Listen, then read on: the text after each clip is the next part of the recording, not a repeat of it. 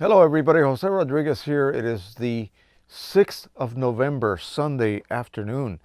In this video I'm going to talk about head clogging on Epson and Canon printers. What is the difference between the two? Well, there really isn't much difference. They both clog.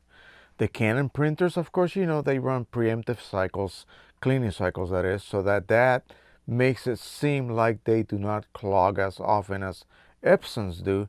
But basically, you let a Canon printer sit for a week before you can print anything. It's going to run an automatic cleaning cycle and will make it appear as if the Canon printer is totally clog free, when in reality all you did was run a preemptive cleaning cycle, which probably cleared off some of the clogs that you had developed due to lack of use. And I'm a stickler for using your printers. You should use them at least twice a week, at least, more than that if you can. Now, with the Epson printers that do not have that, you will often let a printer sit for a month, 2 months, 3 months. I've seen people who complain that they came back a year later and their printer, oh my God, it has clogs. Well, of course it has clogs. So, what to do? Well, there are methods that you can utilize. Of course, cleaning cycles will waste a lot of ink. You do a cleaning cycle, you follow it by a nozzle check, and then you read the nozzle check to make sure that there aren't any missing little lines on each set of channels. Okay, each channel will have a certain number of nozzle lines represented by little lines. That represents one nozzle per line. So if you are missing some of those little lines, in other words, you have gaps, then you have a clogged nozzle. So that's where a cleaning cycle comes in, and hopefully will push out any crud, any dried up ink, any whatever the case may be. Air even can make it look like it's a clogged nozzle, but it's not. And so that will be pushed out. The printhead will be reprimed properly. You repeat that nozzle check and then you compare it with the previous one. And hopefully you will have made enough of an improvement to give you at least some hope that your printer will come back to life for you after 4 or 5 months of non-use. What I recommend is this: if you are presented with a printer is missing, say, 20-30% of its nozzles upon running a nozzle check, run a cleaning cycle followed by a nozzle check, save it, date it, compare it to the previous one, and keep a good record of all of your nozzle checks.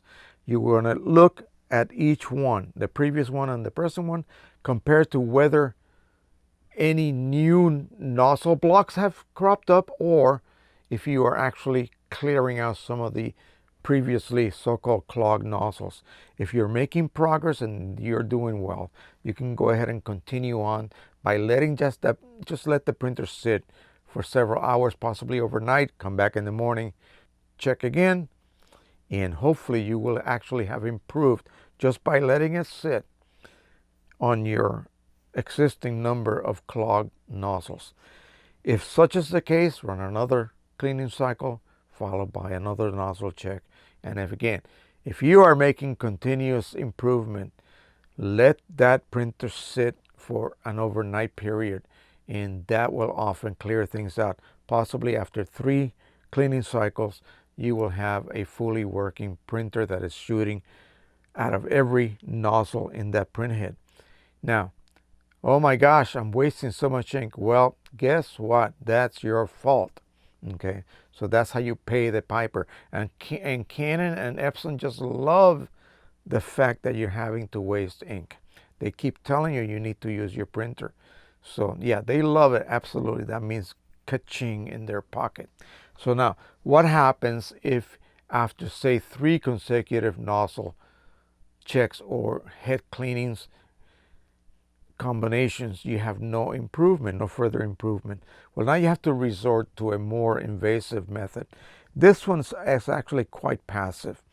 It allows you to actually clean and apply a solvent such as ammonia-based Windex to the underside of your nozzle plate or your printhead.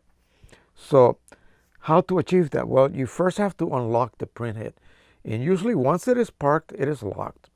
There's a lever underneath that you can actually reach if you knew where to find it, but most of the folks that I know utilize this little trick. Turn off your printer and power it back on. And the minute that that head starts moving, making its little side-by-side, side-to-side, I should say, motions, pull the rear plug off or pull it off the wall if you can do that easier. Now the head is detached from the perch pad, so it's no longer parked, and you should be able to slide it back and forth at will. Now you get yourself half a sheet of paper toweling such as this. Now on certain print heads, you can get by with a 4-ply. On other ones, you can get by with a 3-ply. So you have to adjust accordingly. You want to fold your strip like so. Then you're going to soak it with Windex. And I do mean soak it. I'm not going to do so for this experiment, or this demonstration, but I want you to soak it, and then I want you to move the print head out of the way. Now, depending on the width of the printer, you might be able to use the whole strip. If not, then go ahead and trim it as needed. You're going to then lay this down on the platen, and you will know what the platen is because it's the part of the base of the printer. As you look down, as you open up the lid and look down into it, you will see a series of little rollers. So you're going to lay it down. This is where the print head passes across and actually lays ink onto your paper. So you lay it down, make sure it's nice and flat, wet it down further if you need to, and then bring the print head over it by sliding the whole carriage assembly. Now you want to make sure that the edge of this folded paper towel does not kink. In other words, otherwise you will end up with an accordion. You don't want that. You want the print head to actually clear it and pass itself over the surface. And once you get it about midway, you want to move it back and forth a little bit. Now, if you notice that a lot of gunk is coming off the bottom of the nozzle plate, then you might want to go ahead and slide it over, remove this, throw it out, prepare a new one. So now let's assume that you have prepared that new one, and you once again have the print head resting on top of that wetted piece of folded paper towel that has been treated with ammonia type Windex. Now, at that point, just let the print head rest on top of that. Every hour or so, come back, give it a good squirt. Now, the fumes alone will actually start to dissolve any dried ink that may exist where the nozzles are, the little orifices, the little holes through which ink is fired through may be clogged. And so that's what's causing those missing lines on your nozzle check. So you want to go ahead and let that sit, and you will have to go drink a lot of coffee, come back every hour and treat it. Now, if you can stay up all night, by all means do so. If not, do it during the day, and then in the evening, come back and slide the print head out of the way, remove the gunk-filled paper towel, and toss it. At that point now, you will then replug your printer. The printer will go through a whole operation because remember, it was turned off inappropriately, so it will possibly do an ink purge. It might do a couple of dances back and forth. And at that point, once it is rested and the blinking light has stopped blinking, go ahead and run a nozzle check. You will probably get a bad nozzle check. Now, run a cleaning cycle, followed again by a nozzle check, and then compare that one, not with the one you just made, but the one from before, okay, before you started doing this procedure, and you should have a huge improvement. Now, if that is not the case, and you are using a printer such as a Pro 3880, 3800, R3000, P600, any of the printers that have stationary cartridges, you have ink lines and dampers, okay? So the last resort for you to clear out a printhead that has not responded to the simple method is that you need to load a set of refillables and load them with, instead of ink, with PSO Flush from Inkjet Mall. PSO Flush is a highly effective solvent, and one that will clear the most stubborn heads. It is dyed magenta or reddish so that you can run an ink charge through the system to push out all of the existing ink that may be present in the lines and the dampers, and then just continue doing a couple of cleaning cycles with that PSO Flush filled cartridges.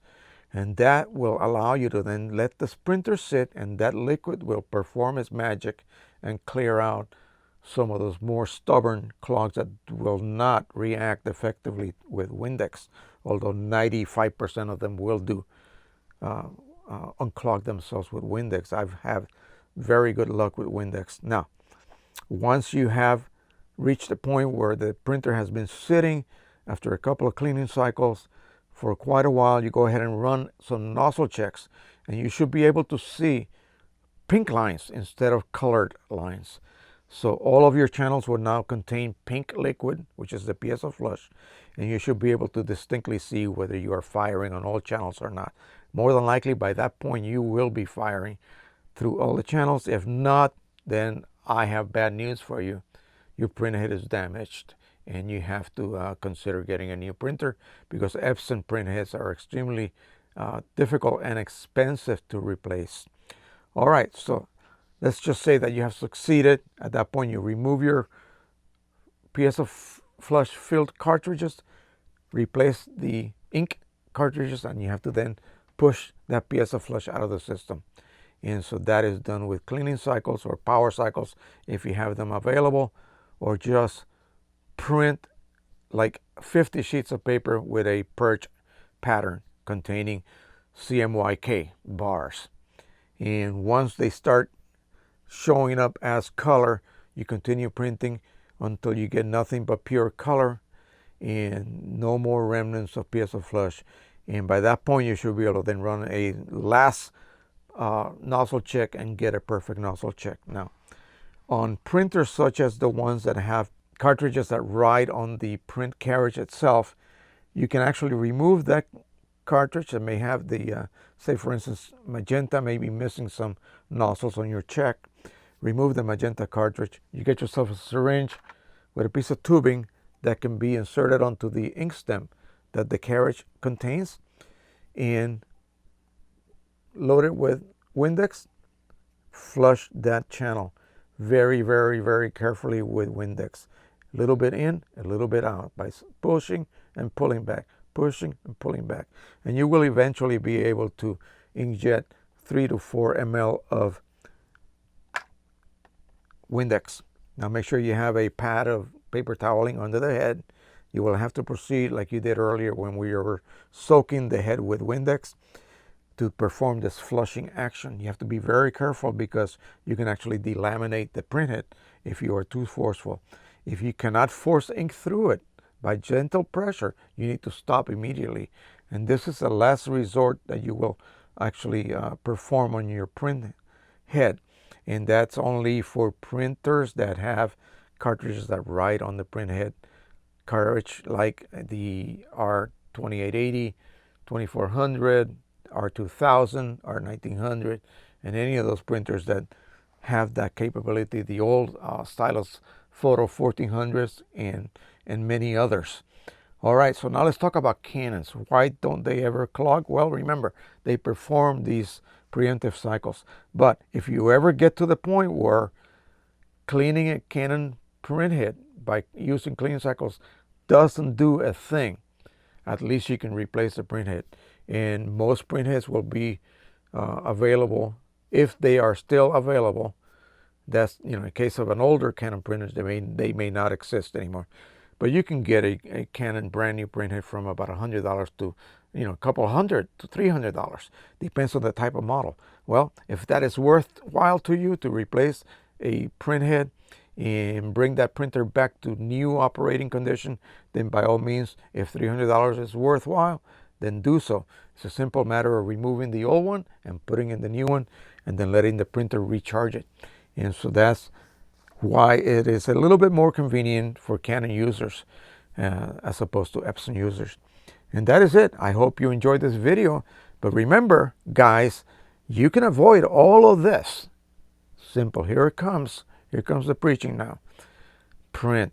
Okay, on Canon printers, every 60 hours or less.